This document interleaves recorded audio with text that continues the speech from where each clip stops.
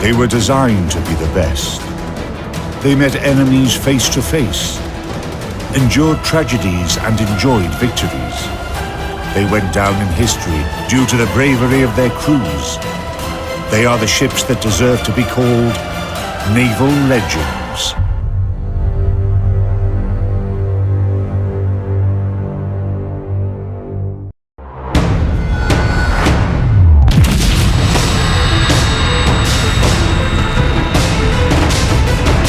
In this episode, Battleship New Jersey, the most decorated ship of the US Navy.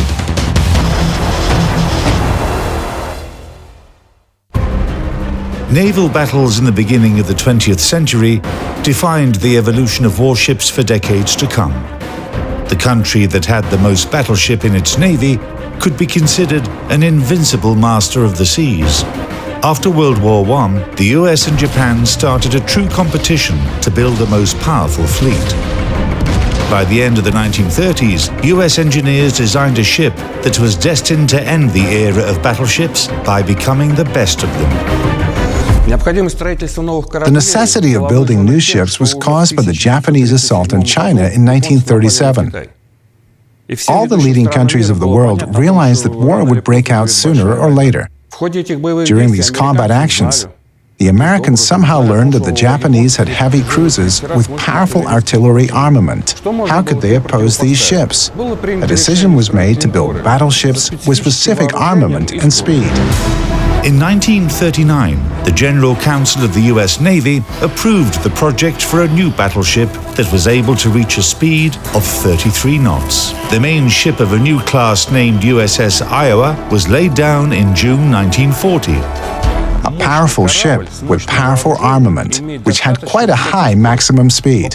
It would reach 33 knots according to the project. Some destroyers are this quick too. USS New Jersey became the second ship of its class. Her construction started at a Philadelphia shipyard and progressed at an unprecedented rate. But after the attack on Pearl Harbor, it was accelerated tenfold. The battleship was launched on December 7, 1942, the first anniversary of this tragic event. Total displacement, 57,500 tons. Length, about 887 feet. Beam, 108 feet 3 inches. Draft, 36 feet 1 inch. Armament, primary armament, 9 Mark 7 guns in 3 triple turrets. Caliber, 16 inches. Dual-purpose artillery, 20 Mark 12 guns in 10 coaxial Mark 28 turret mounts. Caliber, 5 inches. Anti-aircraft artillery, 20 quadruple Bofors gun mounts.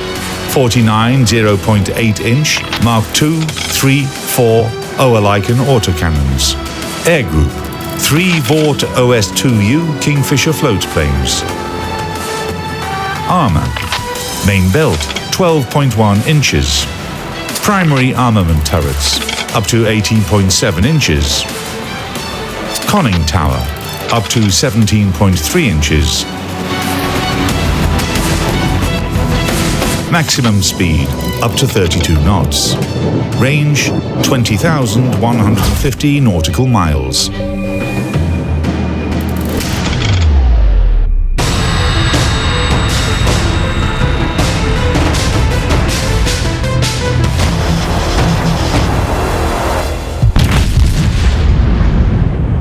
The 16-inch rifles on the Iowas were pretty much the epitome of naval gunnery.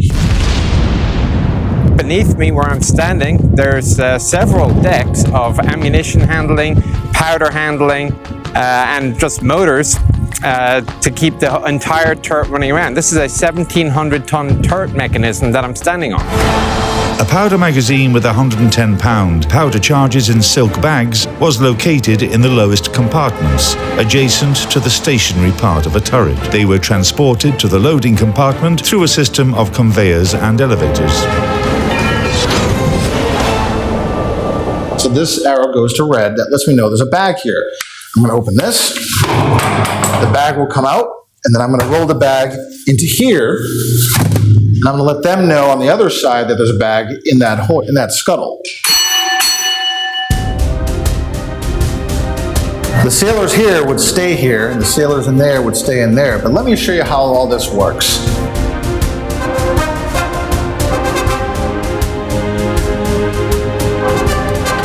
So once the powder bag is in the scuttle, we know that the arrow is on red. They've put it there. Then we have to open this one. That brings out the 110-pound powder bag, and then the sailors would have to lift it and then put it right in here onto this tray.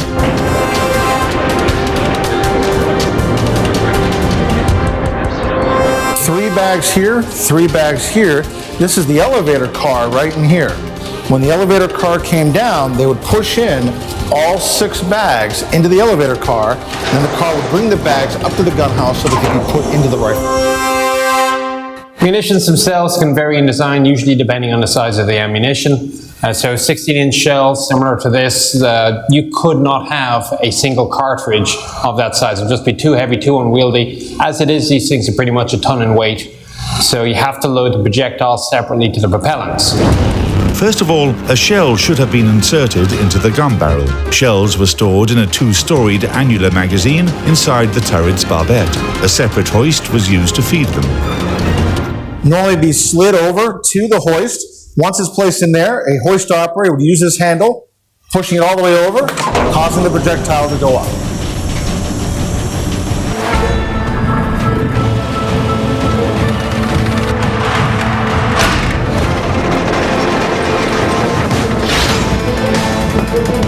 The loading process takes about 30 seconds, and when the gun is ready to fire, all that's left to do is pull the trigger.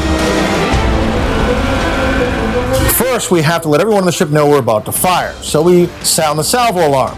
Around the ship, it sounds like an. Down here, it's a bell.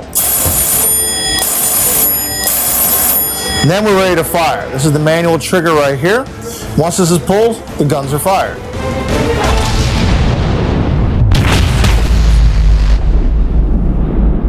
Ultimately, though, the design simply comes down to a really, really big version of your 7.62 rifle that you have at home.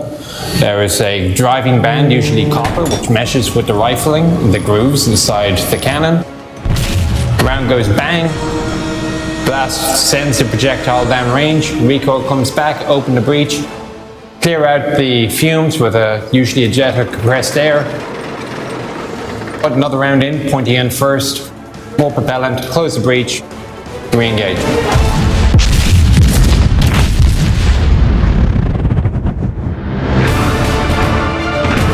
Mark 7 guns installed on New Jersey were considerably more powerful than the previous model, Mark 6. They had the same diameter of 16 inches, but the barrel of Mark 7 guns was longer, which increased the muzzle velocity of shells and, accordingly, its destructive potential. If we take a look at the biggest Japanese Yamato-class battleships, they had a caliber of 18.1 inches. It's an enormous barrel. 2 skinny men could easily fit in there. However, they used heavy shells, which created problems. It didn't matter how long the Japanese made the barrels on Yamato, their shells had a lower muzzle velocity. So the primary armament of Iowa's, New Jersey in particular, had a caliber of 16 inches, but was on par with the power of 18.1-inch shells of Yamato. The diameter is smaller, but the power is almost the same as on Yamato-class battleships, and that was unique. However, all the ship's engineering advantages and powerful weaponry would be nothing without her crew. It's the crew that makes her a formidable combat unit. At the moment of launch, the battleship's complement consisted of almost 2,000 men. Later, when the Pacific campaign was in full swing, the crew of New Jersey was extended to 3,000. It's really difficult to understand how all these people worked and interacted on this ship. Of course, the battleship was very big, but still, 3,000 men in a closed space. It's quite hard. Imagine nighttime. The ship is sailing forward, everyone is asleep, and all of a sudden, General quarters. Airborne threat detected. People wake up and they don't even understand what's happening. They run reflexively without needing to think about where they're going. And it's all very simple. On the starboard side, you run to the bow. And on the port side, you run to the aft. And there are many airlocks in the way. And sailors are running one after another, going up and down the stairs. And the first few minutes look like complete chaos. However, in just 2 or 3 minutes, everything is calm. The ship is in complete order. Nobody is running. All men are at their battle stations. Everyone is already at their post and ready to carry out their duties. And then comes the battle. The shooting starts.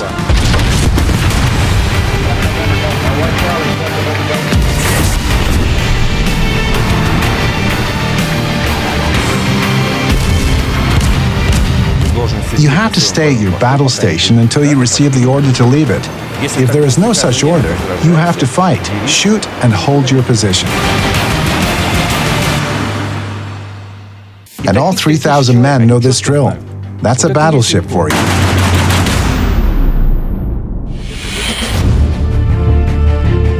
The battleship New Jersey, nicknamed Big J by her crew, underwent her baptism by fire on February 17, 1944. The objective of a US operation was to capture a major Japanese fleet base on Truk Island. 9 aircraft carriers, 7 battleships, 10 submarines, and about 45 ships of other types took part in the offensive.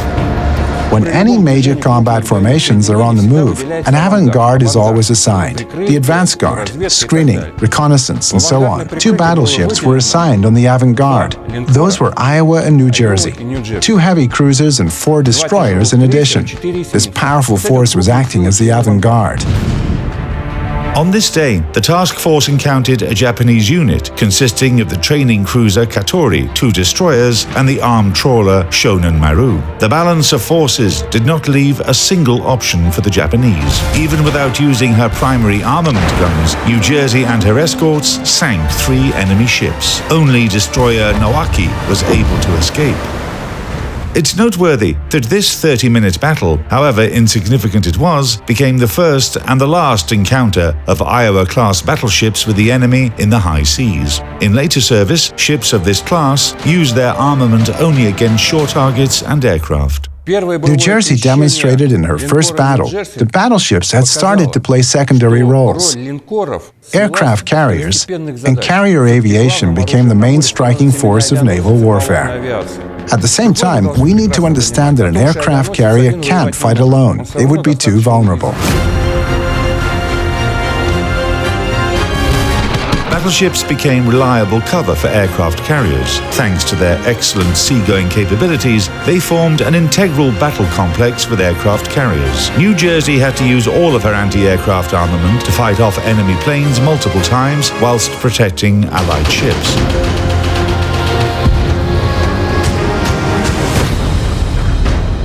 If you watch newsreels from that time, you'll see that the whole sky is covered with bursts. Let's ask ourselves, where did these bursts come from? Who was shooting? It was battleships that provided the main protection against the airborne threat. They took positions around carrier task forces, or were assigned to separate tactical groups in the main direction, and that became their primary objective.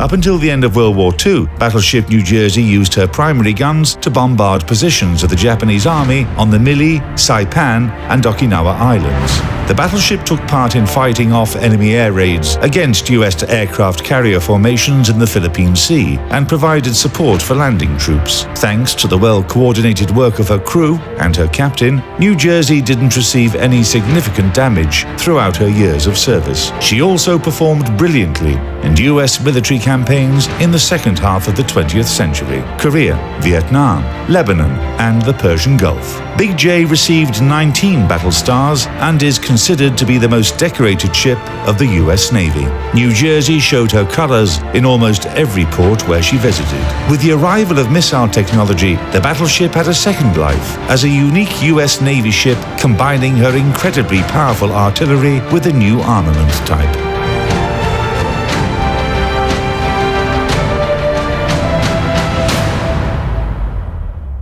The Iowa-class battleships have a unique fate. They began service in 1944 and were officially decommissioned by the U.S. Navy in only 2012. Battleship New Jersey stands out a little in this respect. For example, Iowa, Wisconsin, and Missouri participated in approximately 4 wars, while New Jersey managed to distinguish herself during the Vietnam War as well. And she was the only ship from the legendary 4 that was on active service in the Persian Gulf. Battleship New Jersey is a museum now, and there are few ships as deserving as her. She is the pride of the American people. A sailor who served aboard USS New Jersey is someone that can be proud of their ship, country, and themselves.